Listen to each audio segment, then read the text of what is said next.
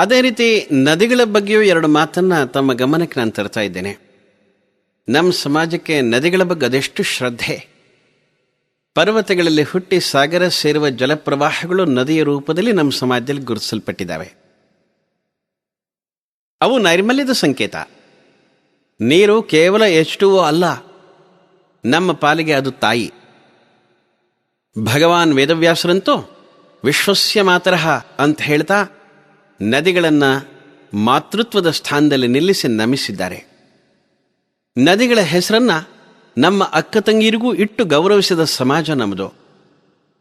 ಗೋವುಗಳು ನಮಗೆ ಮಾತೃಸ್ವರೂಪಿ. ಗಾವೋ ವಿಶ್ವಸ್ಯ ಮಾತರಃ ಅಂದರೆ ಹಸು ಜಗತ್ತಿಗೆ ತಾಯಿ ಅಂತ ಋಷಿಗಳು ಸಾರಿದರು. ಆ ಹಸುಗಳನ್ನು ಗಂಗಾ, ಯಮುನಾ, ನಂದಿನಿ, ಕಪಿಲೆ ಇತ್ಯಾದಿ ನದಿಗಳ ಹೆಸರಿನಿಂದ ಕರಿತೀವಿ. ಎಲ್ಲ ಶುಭ ಶೋಭನ ಸಮಾರಂಭಗಳಲ್ಲಿ ಗಂಗಾ, ಯಮುನಾ, ಗೋದಾವರಿ, ಸರಸ್ವತಿ, ನರ್ಮದೆ, ಸಿಂಧು, ಕಾವೇರಿ ಮೊದಲಾದ ಸಪ್ತ ಜಾಹ್ನವಿಗಳನ್ನು ಕರತಲಕ್ಕೆ ಆವಾಹನ ಮಾಡ್ತೀವಿ, ಕಲಶಕ್ಕೆ ಆವಾಹನ ಮಾಡ್ತೀವಿ. ನಮ್ಮ ಸಂಸ್ಕೃತಿ ಅರಳಿದ್ದೇ ನದಿ ತೀರದಲ್ಲೇ. ವೈದಿಕ ಋಷಿಗಳ ಸೂಕ್ತಗಳು ಸಪ್ತ ಸಿಂಧೂ ಪ್ರದೇಶದಲ್ಲಿ ರಚನೆಯಾದವು.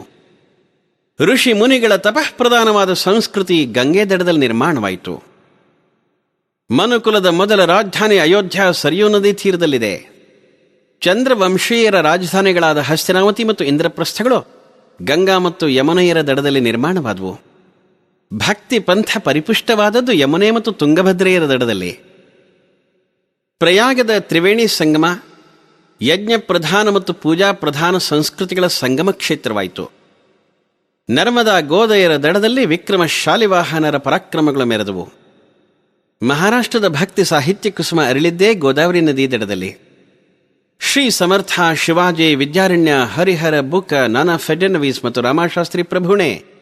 ಒಂದೇ ಮಾತಲ್ಲಿ ಹೇಳೋದಾದರೆ, ದಕ್ಷಿಣದ ಸಾಧುತ್ವ, ವೀರತ್ವ, ನ್ಯಾಯನಿಷ್ಠೆ, ಮುತ್ಸದಿತನ, ಧರ್ಮ, ಸದಾಚಾರ, ಸೇವೆ, ಉದಾರತೆ ಈ ಎಲ್ಲ ಸದ್ಗುಣಗಳು ಕೃಷ್ಣೆ, ಗೋದೆ, ತುಂಗೆಯರ ವಾತ್ಸಲ್ಯಪೂರ್ಣ ಆರೈಕೆಯಿಂದ ಹೊರಹೊಮ್ಮಿದ್ದಾವೆ. ಕಾವೇರಿಯಂತೂ ಆಕೆ ದಕ್ಷಿಣದ ಗಂಗೆ. ಚೋಳರು, ಪಲ್ಲವರು ಕಾವೇರಿಯನ್ನು ಸಾಕ್ಷಿಯನ್ನಾಗಿಟ್ಟುಕೊಂಡು ಪರಾಕ್ರಮವನ್ನು ಮೆರೆದಿದ್ದಾರೆ. ವೈದಿಕ ಸಂಸ್ಕೃತಿಯ ಜ್ವಲಂತ ಅಭಿಮಾನದ ಕೇಂದ್ರವಾಗಿದ್ದ ವಿಜಯನಗರ ಸಾಮ್ರಾಜ್ಯ ಎದ್ದು ನಿಂತಿದ್ದು ತುಂಗಭದ್ರೆಯ ದಡದಲ್ಲಿ. ಸಾಯಣಾಚಾರ್ಯರು ಇದರ ದಡದಲ್ಲೇ ಕುಳಿತು ವೇದಗಳಿಗೆ ಭಾಷ್ಯವನ್ನು ಬರೆದರು. ಹೀಗೆ ಒಂದೊಂದು ನದಿಯೂ ಸಂಸ್ಕೃತಿಯ ಒಂದೊಂದು ಪ್ರವಾಹ. ಗಂಗೆ ತುಂಗೆಯರ ನಿರ್ಮಲ ಸಲಿಲೆಗಳ ಸ್ವಚ್ಛ ಶೀತಲ ಅಖಂಡ ಪ್ರವಾಹವನ್ನು ಕಂಡ ಬಳಿಕ ಕವಿಶ್ರೇಷ್ಠರ ಪ್ರತಿಭೆ ಹೊರಬರದೆ ಇರಲಿಕ್ಕೆ ಸಾಧ್ಯನಾ? ವಾಲ್ಮೀಕಿ, ವ್ಯಾಸ, ಭಾಸ, ಕಾಳಿದಾಸ, ಕಂಬ, ಶಂಕರ, ತುಳಸಿ, ಜಗನ್ನಾಥ ಪಂಡಿತ ಇತ್ಯಾದಿ ಕವಿ ಮಹಾಕವಿಗಳು ನದಿ ಸ್ತವನಕ್ಕಾಗಿ ತಮ್ಮ ವಾಗ್ವೈಭವವನ್ನು ಪೂರ್ಣ ಪ್ರಮಾಣದಲ್ಲಿ ಬಳಸಿಕೊಂಡರು. ಈ ತೀರ್ಥಗಳ ಸೇವನೆಯ ಬಗ್ಗೆ ನಮ್ಮ ಹಿರಿಯರ ನಂಬಿಕೆ ಹೇಗಿತ್ತು ಗೊತ್ತಾ? ಇವೆಲ್ಲ ಭಾವನೆಗಳು. ಇದನ್ನೆಲ್ಲ ವಿಜ್ಞಾನದ ಹಿನ್ನೆಲೆಯಲ್ಲಿ ನಾವು ವಿಶ್ಲೇಷಣೆ ಮಾಡಬಾರ್ದು. ಶ್ರದ್ಧೆಯ ಸಂಗತಿಗಳಿವೆಲ್ಲ. ಪ್ರತಿಯೊಂದು ಸಮಾಜಕ್ಕೆ ಮೂಲಭೂತವಾಗಿ ಒಂದಷ್ಟು ನಂಬಿಕೆಗಳು ಮತ್ತು ಶ್ರದ್ಧೆಗಳು ಇರ್ತವೆ. ಈ ಹಿನ್ನೆಲೆಯಲ್ಲಿ ನಮ್ಮ ಹಿರಿಯರು ಹೇಳ್ತಾ ಇದ್ರು, ಸರಸ್ವತಿ ತೀರ್ಥ ಸೇವನೆಯಿಂದ 10 ದಿವಸದಲ್ಲಿ ಪಾಪ ದೂರವಾಗುತ್ತೆ, ಯಮುನೆಯ ಸೇವನೆಯಿಂದ ಸೋಮಯಾಗದ ಫಲಪ್ರಾಪ್ತವಾಗುತ್ತೆ, ಗಂಗೆಯ ಒಂದು ಬಿಂದು ಕುಡಿದರೆ ಸಾಕು ಅದರಿಂದ ಪಾಪ ದೂರವಾಗುತ್ತೆ ಅನ್ನೋ ವಿಶ್ವಾಸ ನಮ್ಮದು. ನರ್ಮದೆ ಆ ನೀರನ್ನು ಕುಡಿಯೋದೇ ಬೇಡ, ದರ್ಶನ ಮಾತ್ರದಿಂದ ಪಾಪ ದೂರ. ಕಾವೇರಿ ಮತ್ತು ಗೋದೆಯರು ನೋಡೋದು ಬೇಡ, ಸ್ಮರಣ ಮಾತ್ರದಿಂದ ಪಾಪ ದೂರುವಂತೆ. ಗಂಗೆ ಮೊದಲಾದ ನದಿಗಳ ಬಗೆಗಿನ ನಮ್ಮ ಈ ಶ್ರದ್ಧೆಯನ್ನ ನಮ್ಮ ಹಿರಿಯರು ಇಡೀ ಜಗತ್ತಿಗೆ ಪರಿಚಯ ಮಾಡಿಕೊಟ್ರು. ಪ್ರಾತಿನಿಧಿಕವಾಗಿ ಯಮುನಾ ಮತ್ತು ಗಂಗಾ ಈ 2 ನದಿಗಳ ಬಗ್ಗೆ ಎರಡೆರಡು ಮಾತು ನಿಮ್ಮ ಗಮನಕ್ಕೆ ತರ್ತೀನಿ. ಯಮುನಾ ನಮ್ಮ ನಾಡಿನ ಶ್ರೇಷ್ಠ ನದಿಗಳಲ್ಲೊಂದು. ಎಲ್ಲ ಕಡೆ ಗಂಗೆ ಜೊತೆಯಲ್ಲಿ ಯಮುನೆಯನ್ನು ಉಲ್ಲೇಖ ಮಾಡ್ತೀವಿ. ಗಂಗೆಯಂತೆ ಇವಳು ಹಿಮಾಲಯದಲ್ಲೇ ಜನಿಸೋದು. ಉತ್ತರ ಭಾರತದ ಬಹುದೊಡ್ಡ ಭಾಗವನ್ನು ಹಸಿರುಗೊಳಿಸಿ ಕೊನೆಯಲ್ಲಿ ಗಂಗೆಯಲ್ಲಿ ಲೀನವಾಗ್ತಾಳೆ. ಯಮುನೋತ್ತರಿಯಿಂದ ಹೊರಟ ಈಕೆ ಹಿಮಾಲಯದ ಶ್ರೇಣಿಗಳಲ್ಲಿ ಸುಮಾರು 80 ಮೈಲಿಗಳ ದುರ್ಗಮ ದಾರಿಯನ್ನು ದಾಟಿ ಮೈದಾನ ಪ್ರದೇಶವನ್ನು ಸೇರ್ತಾಳೆ. ಹಿಮಗಿರಿಯಿಂದ ಬರುವಾಗ ಬೌನ್ಸ್, ಗಿರಿ ಮತ್ತು ಅಸನ್ ಅನ್ನೋ ನದಿಗಳು ಯಮುನೆಯ ಒಡಲನ್ನು ಸೇರ್ತಾವೆ. ಚಂಬಲ್, ಸೇಂಗರ್, ಬೇತಾವ್ ಮತ್ತು ಕೇನ್ ಈ ನದಿಗಳು ಮೈದಾನಕ್ಕಿಳಿದ ಯಮುನೆಯನ್ನು ಸೇರ್ತಾವೆ. ಮುಂದೆ ಅವಳ ಆಳ, ಅಗಲ, ಹಿರಿಮೆ, ಗರಿಮೆಗಳು ಹೆಚ್ಚುತ್ತಾ ಹೋಗ್ತವೆ. ಹೀಗೆ ಮೈದುಂಬಿ ಹರಿವ ಯಮುನೆ ಪ್ರಯಾಗ ಕ್ಷೇತ್ರದಲ್ಲಿ ಗಂಗೆಯನ್ನು ಬಂದು ಸೇರ್ತಾಳೆ. ಈ ಎರಡೂ ದಿವ್ಯ ನದಿಗಳ ಸಂಗಮ ಕ್ಷೇತ್ರದಲ್ಲಿ ಸ್ನಾನ ಮಾಡಿ ಪವಿತ್ರರಾಗುವುದಕ್ಕೋಸ್ಕರ ಲಕ್ಷ ಲಕ್ಷ ಯಾತ್ರಿಕರು ಪ್ರತಿ ವರ್ಷ ಪ್ರಯಾಗಕ್ಕೆ ಧಾವಿಸ್ತಾರೆ. ಯಮುನೆ ಆಗಾಗ್ಗೆ ತನ್ನ ಪಾತ್ರವನ್ನು ಬದಲಿಸಿದ ಸಂಗತಿ ಇತಿಹಾಸದಲ್ಲಿ ಕಂಡುಬರುತ್ತೆ. ಪೌರಾಣಿಕ ಮತ್ತು ಐತಿಹಾಸಿಕ ದಾಖಲೆಗಳಲ್ಲಿ ಆಕೆ ಪಾತ್ರ ಬದಲಾಯಿಸಿದ ಸಂಗತಿ ನಮೂದಿಸಲ್ಪಟ್ಟಿದೆ. ಮೊದಲು ಆಕೆ ಮಧುವನದ ಬಳಿ ಹರಿತಾ ಇದ್ಲು. ಮಧುವನದಲ್ಲಿ ಯಮುನೆಯ ತೀರದಲ್ಲಿ ಶತ್ರುಘ್ನನು ಮಥುರಾ ನಗರವನ್ನು ಸ್ಥಾಪಿಸಿದ ಉಲ್ಲೇಖ ರಾಮಾಯಣದಲ್ಲಿದೆ. ಕೃಷ್ಣನ ಸಮಯದಲ್ಲೇ ಯಮುನೆಯ ಪ್ರವಾಹ ಕಠಾರ ಕೇಶವದೇವ್ ಅಂತಕ್ಕಂಥ ಮಥುರೆಯ ಪುಣ್ಯಸ್ಥಳದ ಬಳಿ ಹರಿತಾ ಇತ್ತಂತೆ. ಬೌದ್ಧ ಪಂಥ ಉಚ್ಛ್ರಾಯ ಸ್ಥಿತಿಯಲ್ಲಿದ್ದಾಗ ಯಮುನೆಯ ಉಭಯ ತೀರಗಳಲ್ಲಿ ಅವರ ಸಂಗ್ರಾಮಗಳಿದ್ವು. ಆಗ ಯಮುನೆ ಕೇಶವದೇವ್ ಮಂದಿರದಿಂದ ಸಾಕಷ್ಟು ದೂರ ಸರಿದಿದ್ಲು. ವಲ್ಲಭ ಸಂಪ್ರದಾಯದ ಸಾಹಿತ್ಯವನ್ನು ಅಧ್ಯಯನ ಮಾಡಿದಾಗ ಯಮುನೆಯ ಇನ್ನಷ್ಟು ವಿವರಗಳು ಸಿಗ್ತವೆ. ಅದರ ಪ್ರಕಾರ ಯಮುನೆಯ 2 ಕವಲುಗಳು ಹರಿತಾ ಇದ್ವು. ಒಂದು ಕವಲು ನಂದಗಾಂವ್, ಬರ್ಸಾನ ಮತ್ತು ಸಂಕೇತ್ ಅನ್ನುವ ಗ್ರಾಮಗಳನ್ನು ಹಾದು ಗೋವರ್ಧನ ಕ್ಷೇತ್ರದ ಬಳಿ ಜಮುನಾವತ ಅನ್ನೋ ಜಾಗಕ್ಕೆ ಹೋದರೆ, ಇನ್ನೊಂದು ಪ್ರವಾಹ ಬೀರ್ಘಾಟದ ಸಮೀಪದಿಂದ ಗೋಕುಲವನ್ನು ಪ್ರವೇಶ ಮಾಡ್ತಾ ಇತ್ತು. ಮುಂದೆ ಈ 2 ಕವಲುಗಳು ಒಂದುಗೂಡಿ ಆಗ್ರಾದ ಕಡೆಗೆ ಮುಂದುವರಿತಾ ಇದ್ವು. ಆಕೆಯ ತೀರದಲ್ಲಿ ಅನೇಕ ವನಗಳು, ಹುಲ್ಲುಗಾವಲುಗಳು ಇರುತ್ತಿದ್ವು. ಶ್ರೀಕೃಷ್ಣ ಗೋಪಬಾಲರೊಂದಿಗೆ ಅಲ್ಲಿ ಗೋವುಗಳನ್ನು ಮೇಯಿಸುತ್ತಾ ಇದ್ದ ಘಟನೆ ಮಹಾಭಾರತದಲ್ಲಿ ಅತ್ಯಂತ ಪರಿಚಿತವಾಗಿರತಕ್ಕಂಥ ಸಂಗತಿ. ಪುರಾಣದಲ್ಲಿ ಯಮುನೆಯ ಬಗ್ಗೆ ಒಂದು ಘಟನೆ ಹೇಳ್ತಾರೆ. ಅವಳು ಸೂರ್ಯನ ಮಗಳಂತೆ, ಯಮನ ತಂಗಿಯಂತೆ. ಸೂರ್ಯನಿಗೆ ಸಂಜ್ಞಾದೇವಿ ಮತ್ತು ಛಾಯಾದೇವಿ ಅಂತ 2 ಮಡದಿಯರು. 2 ವಿಶ್ವಕರ್ಮನ ಮಕ್ಕಳು. ವೈವಸ್ವತನು ಸಂಜ್ಞಾದೇವಿಯಿಂದ ಶ್ರದ್ಧದೇವ, ಯಮ, ಯಮುನೆ ಈ 3 ಮಕ್ಕಳನ್ನು ಪಡೆದ. ಸಂಜ್ಞಾದೇವಿಯ ನೆರಳು ಅಂತ ಭಾವಿಸಲಾದ ಛಾಯಾದೇವಿಯಿಂದ ಶನಿ, ಸವರ್ಣಿಮನು ಮತ್ತು ತಪತಿ ಈ 3 ಮಕ್ಕಳನ್ನ ಸೂರ್ಯ ಭಗವಾನ್ ಪಡೆದಿದ್ದಾನೆ. ಯಮುನೆ ಮತ್ತು ತಪತಿ ಇವರಿಬ್ಬರು ಜಲರೂಪ ಧಾರಣೆ ಮಾಡಿ ಲೋಕ ಕಲ್ಯಾಣದ ಕಾರ್ಯವನ್ನು ಪ್ರಾರಂಭ ಮಾಡಿದರು. ಭಾರತದ ರಾಜಧಾನಿ ದೆಹಲಿ ಯಮುನೆಯ ದಡದಲ್ಲಿದೆ. ಅನೇಕ ರಾಜಕೀಯ ಘಟನೆಗಳು ಇವಳ ದಡದಲ್ಲಿ ನಡೆದಿದ್ದಾವೆ. ಅನೇಕ ಯುದ್ಧಗಳು, ವಿಧ್ವಂಸ ಮತ್ತು ರಕ್ತಪಾತವನ್ನು ಈಕೆ ಕಂಡಿದ್ದಾಳೆ. ಪಾಂಡವರು ಖಾಂಡವ ದಹನ ಮಾಡಿ ಇಂದ್ರಪ್ರಸ್ಥವನ್ನು ನಿರ್ಮಾಣ ಮಾಡಿದ್ದು ಇವಳ ದಡದಲ್ಲೇ. ಆ ಬಳಿಕ ಕಾಲಪ್ರವಾಹದಲ್ಲಿ ಅನೇಕ ದೇಶೀಯ ಮತ್ತು ವಿದೇಶೀಯ ಪ್ರಭುತ್ವಗಳನ್ನು ಇಂದ್ರಪ್ರಸ್ಥ ಕಂಡಿದೆ. ರಾಮಚರಿತ ಮಾನಸ ಈ ಹಿಂದಿಯ ಮಹಾನ್ ಗ್ರಂಥವನ್ನು ಬರೆದ ಸಂತ ಕವಿ ತುಳಸಿದಾಸರು ಜನಿಸಿದ್ದು ಯಮುನಾ ತೀರದ ರಾಜಾಪುರದಲ್ಲಿ. ಯಮುನಾ ತೀರದ ಪ್ರಾಕೃತಿಕ ಸೌಂದರ್ಯ ಅದ್ಭುತ. ನಮ್ಮ ನಾಡಿನ ಹಲವಾರು ರಾಜಕೀಯ ಏರಿಳಿತಗಳಿಗೆ ಆಕೆ ಸಾಕ್ಷಿ. ಗಂಗಾ ಮತ್ತು ಯಮುನಾ ಈ 2 ಸಹೋದರಿಯರಲ್ಲೇ ಯಮುನೆ ಹಿರಿದಾಗಿ ಗಂಭೀರವಾಗಿ ಕಾಣ್ತಾಳೆ. ಕೃಷ್ಣ ಭಗಿನಿ ದ್ರೌಪದಿಯಂತೆ ಕೃಷ್ಣವರ್ಣೆ ಮತ್ತು ಮಾನಿನಿಯಂತೆ ಕಾಣ್ತಾಳೆ. ಇವಳು ಮುಂದೆ ಗಂಗೆ ಪಾಪ ಬಡಪಾಯಿ, ಮುಗ್ಧೆ. ಆದರೆ ದೇವಾದಿದೇವ ಮಹಾದೇವರೇ ಅವಳನ್ನು ಸ್ವೀಕಾರ ಮಾಡ್ದ. ಆದ್ದರಿಂದ ಯಮುನೆ ತನ್ನ ದೊಡ್ಡಸ್ತಿಕೆಯನ್ನು ಮರೆತು ಗಂಗೆಗೆ ಹಿರಿತನದ ಸ್ಥಾನವನ್ನು ಕೊಟ್ಟಿದ್ದಾಳೆ. ಯಮುನೆಯ ನೀರಿಗೆ ಸಾಮ್ರಾಜ್ಯ ನಿರ್ಮಾಣದ ಶಕ್ತಿ ಇದೆ ಅಂತ ಕಾಣುತ್ತೆ. ಪಾಂಡವರಿಂದ ಪ್ರಾರಂಭಿಸಿ ವಿಧರ್ಮಿ ಔರಂಗಜೇಬನ ತನಕ, ನಾನಾ ಬಂಡಾಯಗಳಿಂದ ಹಿಡಿದು ಸ್ವಾಮಿ ಶ್ರದ್ಧಾನಂದರ ಬಲಿದಾನದ ತನಕ ಇಡೀ ಇತಿಹಾಸ ಆಕೆಯ ಸ್ಮರಣ ಸಂಗ್ರಹಾಲಯದಲ್ಲಿದೆ. ಯಮುನೆಯ ದಡದಲ್ಲಿ ಅತ್ಯಾಚಾರಕ್ಕೊಳಗಾದ ಮೊಘಲ್ ಶಾಸಿತ ನಗರಗಳ ಬೇರಿ ನಗಾರಿಗಳು ಶಾಂತವಾಗಿದ್ದಾವೆ. ಆದರೆ ಮಥುರಾ ಬೃಂದಾವನಗಳ ಕೊಳಲಿನ ಧ್ವನಿ ಇನ್ನೂ ಕೇಳ್ತಾ ಇದ್ದೀವಿ. ಯಾವ ಯಮುನೆ ಕಾಳಿಂಗ ಮರ್ಧನವನ್ನು ಕಂಡಳೋ ಅವಳೇ ಕಂಸನ ವಧೆಯನ್ನೂ ನೋಡಿದ್ಲು. ಹಸ್ತಿನಾವತಿಗೆ ಸಂಧಾನಕ್ಕಾಗಿ ಹೊರಟ ಕೃಷ್ಣನ ಶಾಂತ ರೂಪ ಕಂಡ ಯಮುನಾ ಕುರುಕ್ಷೇತ್ರದಲ್ಲಿ ಯುದ್ಧ ಕುಶಲ ಪಾಂಚಜನ್ಯವನ್ನೂದಿ ಅರ್ಜುನನನ್ನ ಬಡೆದೆಬ್ಬಿಸದ ಗೀತಾಚಾರ್ಯನ ರೂಪದಲ್ಲಿ ನೋಡಿ ಆನಂದಿಸಿರಬೇಕು.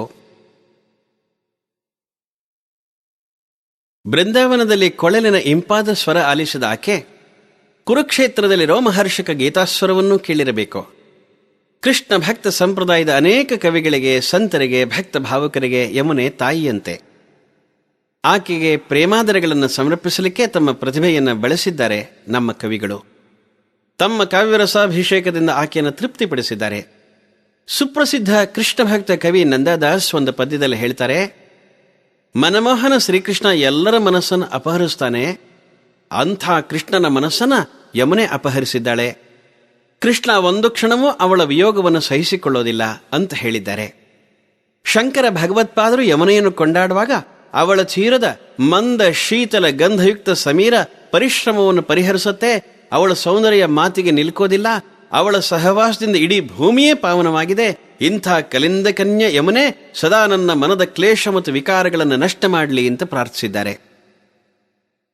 ಭಾರತೀಯ ಸಂಸ್ಕೃತಿಯ ಮೇಲೆ ಅಚ್ಚಳಿಯದ ಮುದ್ರೆಯನ್ನು ಒತ್ತಿರುವ ಈ ನದಿ ಸಮಸ್ತ ಭಾರತೀಯರ ಗೌರವಾದರಗಳಿಗೆ ಪಾತ್ರವಾಗಿರತಕ್ಕಂಥದ್ದು ಆಶ್ಚರ್ಯದ ಸಂಗತಿ ಅಲ್ಲ. ಹಾಗೆಯೇ ಗಂಗೆ ಅಂದರೆ ನಮಗೆ ಮುಕ್ತಿ ಮೋಕ್ಷಗಳ ಸಂಕೇತ, ಭಕ್ತಿಯ ಪ್ರತೀಕ. ಅವಳು ಈ ದೇಶದ ಸಾಂಸ್ಕೃತಿಕ, ಧಾರ್ಮಿಕ, ಐತಿಹಾಸಿಕ ಮತ್ತು ಸಾಮಾಜಿಕ ಬದುಕಿನ ಕೇಂದ್ರವಾಗಿದ್ದಾಳೆ. ಗಂಗೆಯನ್ನ ಜೀವನದಲ್ಲಿ ಒಮ್ಮೆ ಆದರೂ ನೋಡಬೇಕು, ಆ ತೀರ್ಥವನ್ನು ಸೇವಿಸಬೇಕು ಅನ್ನೋದು ಈ ದೇಶದ ಪ್ರತಿಯೊಬ್ಬರ ಹಂಬಲ.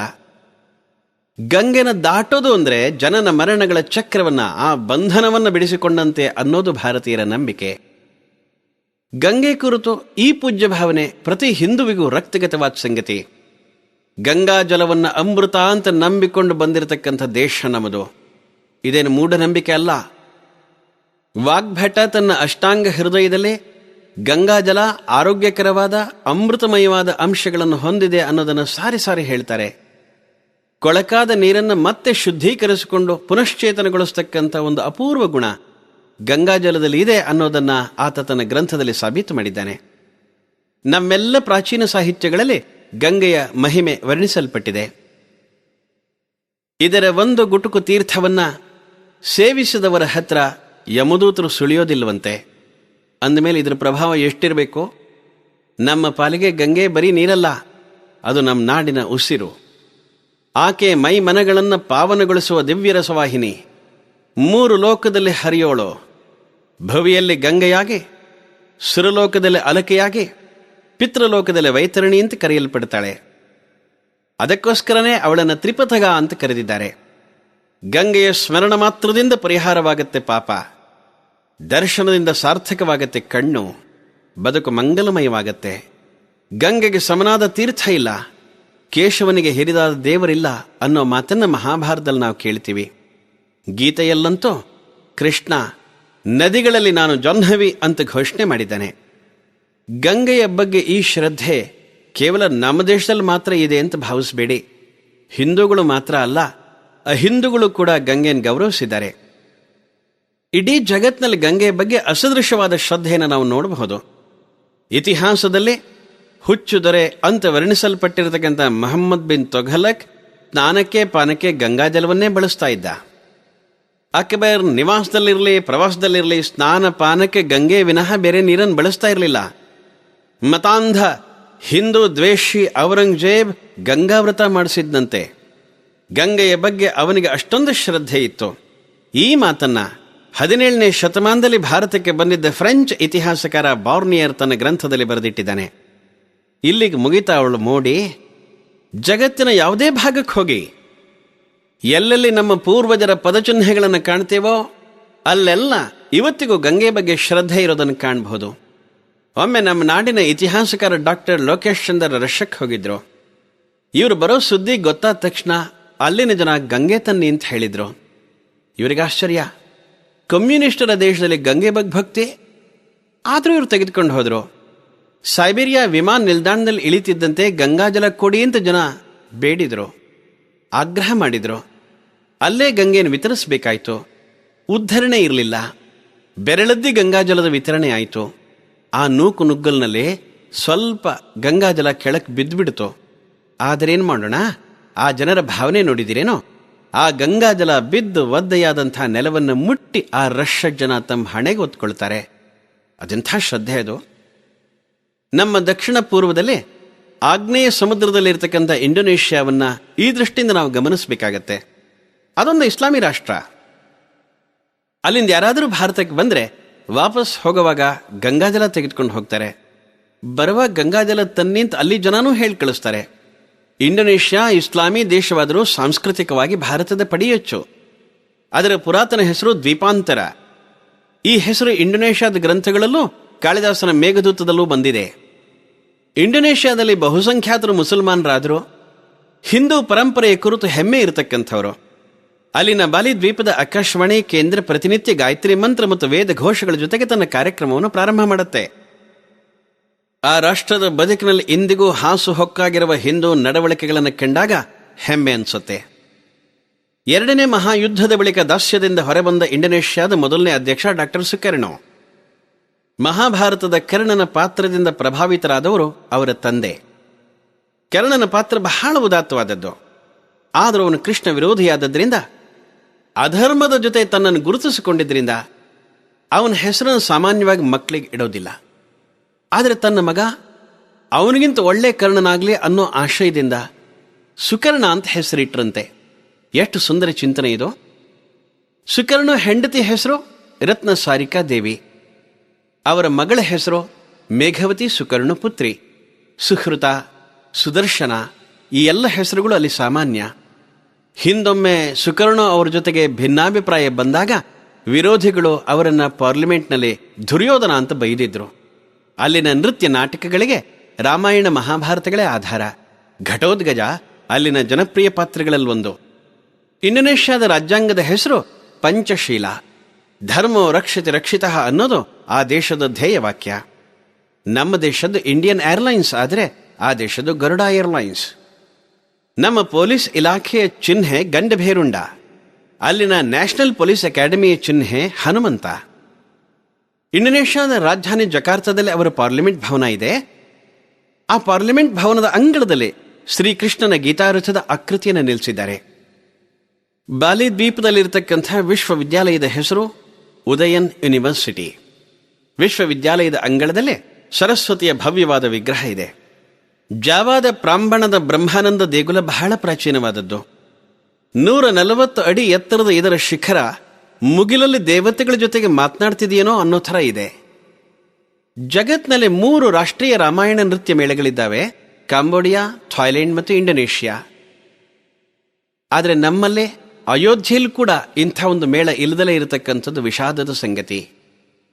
ಇಂಡೋನೇಷ್ಯಾದ ರಿಸರ್ವ್ ಬ್ಯಾಂಕ್ ಪ್ರಕಟ ಮಾಡಿದ ಒಂದು ನೋಟಿನ ಮೇಲೆ ಗಣೇಶನ ಚಿತ್ರ ಮುದ್ರಿತವಾಗಿತ್ತು. ನಮ್ಮಲ್ಲಿ ಇದನ್ನು ಕಲ್ಪಿಸ್ಕೊಳ್ಳೋಕ್ಕಾದರೂ ಸಾಧ್ಯ ಇದೆಯಾ? ಈ ದ್ವೀಪ ಕಲ್ಪದ ಹೃದಯದಲ್ಲಿ ಭಾರತಕ್ಕೆ ನೀಡಿರತಕ್ಕಂತಹ ಸ್ಥಾನವನ್ನು ನೋಡಿದರೆ ಹೃದಯ ಪುಳಕಗೊಳ್ಳತ್ತೆ. ಹೀಗೆ ಹಿಂದೊಮ್ಮೆ ನಮ್ಮ ಹಿರಿಯರು ಇಡೀ ಜಗತ್ತನ್ನು ತಮ್ಮ ಸಾಂಸ್ಕೃತಿಕ ಸತ್ಯದಿಂದ ಪ್ರಭಾವಿತವನ್ನಾಗಿ ಮಾಡಿದ್ರು.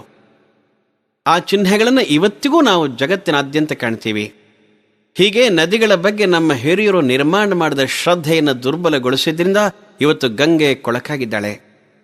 ಗಂಗೆ ತನ್ನನ್ನು ತಾನು ಸ್ವಚ್ಛಗೊಳಿಸಿಕೊಳ್ಳುವ ಶಕ್ತಿಯಿಂದ ವಂಚಿತಳಾಗಿದ್ದಾಳೇನೋ ಅಂತ ಅನಿಸುತ್ತೆ. ವಿಶೇಷವಾಗಿ ಹರಿದ್ವಾರದಿಂದ ಬರಬೇಕಾದ್ರೆ ಅಥವಾ ಕಾಶಿಯಿಂದ ಮುಂದೆ ಗಂಗೆಯ ದಡಗಳಲ್ಲಿ ನಿಂತು ಗಂಗೆಯನ್ನು ಅವಲೋಕನ ಮಾಡಿದಾಗ ಮನಸ್ಸಿಗೆ ನೆಮ್ಮದಿ ಸಿಗೋದಿಲ್ಲ. ಭಾರತದ ಜೀವಗಂಗೆ ಕೊಳಕಾಗಿದ್ದಾಳೆ ಅಂದರೆ ಅವಳ ಮಕ್ಕಳಾದ ನಮಗೆಲ್ಲ ಆಪತ್ತು ಬಂದಿದೆ ಅಂತಲೇ ಅರ್ಥ. ಗಂಗೋದಕವನ್ನು ಇನ್ನು ಕುಡಿಯೋ ಹಾಗಿಲ್ಲ, ಸ್ನಾನ ಮಾಡೋ ಹಾಗಿಲ್ಲ. ಅಷ್ಟೊಂದು ವಿಷವನ್ನು ನಾವು ಅದರಲ್ಲಿ ತುಂಬಿದ್ದೀವಿ. ಅದನ್ನು ಶುದ್ಧ ಮಾಡುವ, ಪಾವನಗೊಳಿಸುವ ಕೆಲಸವನ್ನು ನಾವೇ ಮಾಡಬೇಕು. ಇಂಗ್ಲೆಂಡಿನ ಜನ ಥೇಮ್ಸ್ ಬಗ್ಗೆ ಪ್ರೀತಿ ಇಟ್ಕೊಂಡಿದ್ದಾರೆ, ಶ್ರದ್ಧೆ ಅಂತೇನಿಲ್ಲ. ಕೇವಲ ಪ್ರೀತಿ ಇರೋ ಆ ಜನ ಥೇಮ್ಸ್ ನದಿಯನ್ನು ಶುದ್ಧ ಮಾಡಲಿಕ್ಕೆ ಸಾಧ್ಯವಾಗುತ್ತಾದರೆ, ಗಂಗೆಯ ಬಗ್ಗೆ ಶ್ರದ್ಧೆ ಇರತಕ್ಕಂಥ, ಆಕೆನ ತಾಯಿ ಅಂತ ಭಾವಿಸ್ತಕ್ಕಂಥ ನಾವ್ಯಾಕೆ ಮಾಡಲಿಕ್ಕೆ ಸಾಧ್ಯ ಇಲ್ಲ? ನಾವೆಲ್ಲರೂ ಭಗೀರಥನ ರೂಪದಲ್ಲಿ ಎದ್ದು ನಿಲ್ಲಬೇಕಾಗಿದೆ. ನಮ್ಮ ಜೀವಗಂಗೆಯನ್ನು ಸ್ವಚ್ಛ ಮಾಡಬೇಕಾಗಿದೆ. ನಮಸ್ಕಾರ.